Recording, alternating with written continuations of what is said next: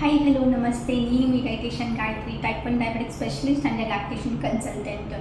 నేను ఈరోజు మీ ముందుకు వచ్చేసాను సరికొత్త టాపిక్తో అనమాట.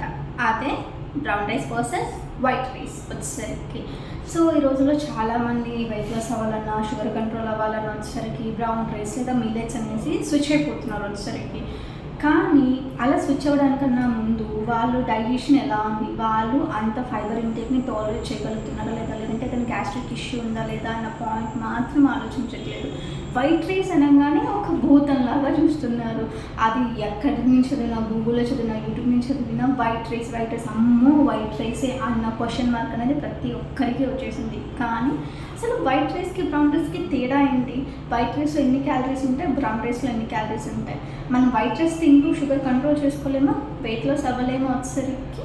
సో ఇలాంటి డౌట్స్ చాలామందికి ఉన్నాయి కదా. మరెందుకు ఆలస్యం, let's start the video and discuss about it వచ్చేసరికి.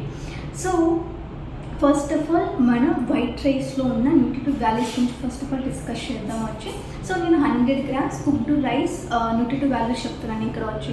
సో మెయిన్గా 100 grams అన్నప్పుడు మీరు ఒక బౌల్ లాంటివి తీసుకుంటే మీకు ఒక క్లియర్ ఐడియా ఉంటుంది. సో ఇలాంటి మెజరింగ్ కప్స్ తీసుకుని ఇలా 100 grams కుక్డ్ రైస్కి నేను వైట్ రైస్ చెప్తున్నా. ఏంటి అంటే, సో 100 grams వైట్ రైస్లో మనకి క్యాలరీస్ వచ్చి 129 క్యాలరీస్, కార్బోహైడ్రేట్స్ వచ్చి 27 grams కార్బోహైడ్రేట్, ప్రోటీన్ వచ్చేసరికి 2.6 అండ్ ఫైబర్ వచ్చేసరికి 0.4 grams ఉంటుంది అనమాట వచ్చి.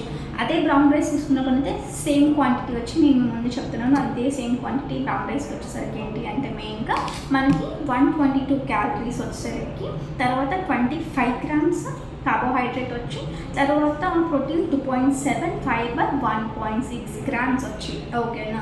సో మెయిన్గా మీరు ఇప్పుడు రెండు న్యూట్రిటివ్ వాల్యూస్ చూసారు వచ్చేసరికి. కానీ రెండిట్లో ఆల్మోస్ట్ అన్నీ సేమ్గానే ఉన్నాయి కదా. 27 carbs, 25 grams carbs బ్రౌన్ రైస్లో వచ్చేసరికి. కానీ మరి ఎందుకు బ్రౌన్ రైస్ తింటేనే అందరూ వెయిట్ లాస్ అవుతున్నారు, అందరికీ షుగర్ కంట్రోల్ ఉంది అంటే, ఇక్కడ మీరు చూసిన చేంజెస్లో న్యూట్రిటివ్ వాల్యూస్లో నేను ఒక కింద క్లియర్గా ఒక ఇమేజ్ కూడా ఇస్తున్నాను, ఎక్కడ ఎంత తేడా ఉంది వచ్చేసరికి అనేసి. సో ఫైబర్ వైట్ రైస్లో చూసుకుంటేనేమో 0.4, బ్రౌన్ రైస్లో చూసుకుంటేనేమో 1.6 grams ఉంది వచ్చి కదా. సో ఈ ఫైబర్ మేజర్గా ఇంపాక్ట్ అనేది క్రియేట్ చేస్తుంది. వైట్ రైస్ బెస్ట్ లేదా బ్రౌన్ రైస్ బెస్ట్ అనేది కదా. సో మేజర్గా మనకి ఏంటి అంటే ఫైబర్ అసలు వర్క్ ఏంటి, ఎందుకు ఈ ఫైబర్ మేజర్ రోల్ ప్లే చేస్తుంది అని అంటున్నాను అని అంటే, ఫైబర్ మేజర్గా మనకి వెయిటేజ్ని క్రియేట్ చేస్తుంది మనం తినే ఆహారానికి. అంటే కొంచెం తిన్నా కూడా హెవీగా ఉండడం వచ్చేసరికి, తొందరగా డైజెస్ట్ అవ్వకుండా ఉండడం, ఇలాంటి వర్క్స్ అని మనకి ఫైబర్ చేస్తుంది అనమాట. అదే మనం వైట్ రైస్ చూసుకున్న పని అయితే ఫైబర్ కంటెంట్ తక్కువగా ఉంటుంది కాబట్టి ఈజీగా డైజెస్ట్ అయిపోతుంది, తినే కొద్దీ ఇంకా తినాలనిపిస్తుంది. సో ఈ విధంగానే మనం ఏంటి అంటే బ్రౌన్ రైస్తో కంపేర్ చేసినప్పుడు వైట్ రైస్లో మన షుగర్ కంట్రోల్ కానీ వెయిట్ గెయిన్స్ కానీ ఎక్కువ చూస్తూ ఉంటాం. కానీ ఇదే వైట్ రైస్ మనం సేమ్ క్వాంటిటీ, నేను బ్రౌన్ రైస్ నేను ఈ కప్ తీసుకున్నాను అంటే, వైట్ రైస్ కూడా ఇదే కప్ తీసుకున్నాను అంటే నా కంట్రోల్ వెయిట్ కానీ షుగర్ కానీ ఒకేలాగా ఉంటాయి by following a very minimal steps అనమాట వచ్చేసరికి. సో ఇందాక మనం డిస్కస్ చేసుకున్నట్టుగానే ఫైబర్ కంటెంట్ మాత్రం బ్రౌన్ రైస్లో ఎక్కువగా ఉంది, మిగిలినవన్నీ ఆల్మోస్ట్ ఫెమిలియర్గా ఉండవచ్చు. ఇదే ఫైబర్ కంటెంట్ని మనం వైట్ రైస్కి యాడ్ చేయలేము. ఫైబర్ అనేది కేవలం మనకి గ్రెయిన్స్లోనే ఉంటుందా, మిగిలిన దేంట్లో ఉంటుందా అనుకుంటే ఉంటాయి కదా వచ్చేసరికి. వేటిల్లో ఆకుకూరలో ఉంటాయి, సలాడ్స్లో ఉంటాయి, ఇలా వెజిటేబుల్స్లో ఉంటాయి, ఫ్రూట్స్లో ఉంటాయి. ఇదే వైట్ రైస్కి నేను వచ్చేసరికి ఆకుకూర చేసి యాడ్ చేసినా కూడా నాకు ఆ ఫైబర్ కంటెంట్ యాడ్ అవుతుంది కదా. సో సింపుల్గా ఒక కాంబినేషన్ చెప్తాను. ఈ కాంబినేషన్ మీరు వైట్ రైస్తో ట్రై చేసినా కూడా మీ వెయిట్ లాస్ కానీ షుగర్ కంట్రోల్ కానీ బ్రహ్మాండంగా ఉంటుంది. అదే మనకి ఆకుకూర పప్పు విత్ నెయ్యి అలాంగ్ విత్ వైట్ రైస్ అనమాట వచ్చేసరికి. సో ఇదే కప్పు వైట్ రైస్కి మీరు ఆకుకూర పప్పు నెయ్యి కలిపి ఎప్పుడైతే తింటారో, మీరు బ్రౌన్ రైస్తో ఇలాంటి ఇంప్రూవ్మెంట్స్ అయితే చూస్తారో, వైట్ రైస్లో కూడా అదే ఇంప్రూవ్మెంట్ చూస్తారు in the sense of sugar కంట్రోలింగ్లో అనమాట వచ్చేసరికి. సో మీరు ఎంత స్లో అండ్ స్టడీగా షుగర్ అనేది పెరుగుతుందో బ్రౌన్ రైస్ తిన్నప్పుడు, అదేవిధంగా వైట్ రైస్ తిన్నప్పుడు కూడా అంతే స్టేబుల్గా షుగర్ లెవెల్స్ అనేవి ఉంటాయన్నమాట వచ్చి.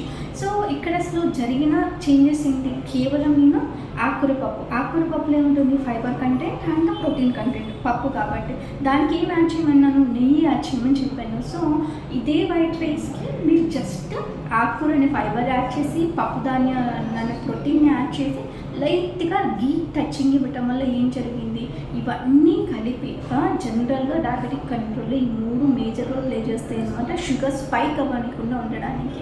సో ఇదే వైట్ రైస్లో ఉన్న పిండి పదార్థాలు ఉన్నట్టుండి స్పైక్ అవ్వకుండా, అంటే వైట్ రైస్ ఉన్నట్టుండి పెరగకుండా ఏం జరుగుతుంది ఇక్కడ వచ్చేసరికి ఈ ప్రోటీన్, ఫైబర్, లేదా ఫ్యాట్ అంటే నెయ్యి అనేది అడ్డుకట్టలాగా బాగా అవుతాయి అన్నమాట వచ్చి. అంతే తప్పించి మీకు వైట్ రైస్ తినగానే ఉన్నట్టుండి అన్ని రకాలైన ఇబ్బందులు వస్తాయని మాత్రం అనుకోవద్దు. వచ్చి మీరు తీసుకున్న కాంబినేషన్ అండ్ మీరు తీసుకున్న ప్రపోర్షన్ అనమాట ఇక్కడ మ్యాటర్ అయ్యేది. ఇదే కప్తో మీరు బ్రౌన్ రైస్ తీసుకొని, ఇదే కప్తో వైట్ రైస్ తీసుకొని నేను చెప్పిన కాంబినేషన్స్ ట్రై చేస్తారు అంటే మాత్రం కంపల్సరీగా మీకు షుగర్ అండ్ వెయిట్ 2 కంట్రోల్లో ఉంటాయి. It's all about matter of proportion, ఎంత క్వాంటిటీలో తీసుకుంటున్నారో, ఏ కాంబినేషన్లో తీసుకుంటున్నారో వచ్చేసరికి అనేసి. సో ఇప్పటి నుంచి నేను చెప్పిన కాంబినేషన్స్ చక్కగా ట్రై చేస్తూ ప్రోటీన్, ఫైబర్, ఫ్యాట్ వచ్చేసరికి ఈ 3 కాంబినేషన్లో మీ వైట్ రైస్ని మీకు ఇష్టమైన విధంగా చక్కగా ఎంజాయ్ చేస్తూ మీ వెయిట్ని, షుగర్ని కంట్రోల్లో పెట్టుకోండి వచ్చేసరికి. ఓకేనా? సో నౌ ఆన్వర్డ్స్ మీకు అర్థమైపోయింది కదా brown rice versus white rice, which one is the best వచ్చేసరికి అనేసి. So thanks for the watching. Will meet up in next video. Thank you.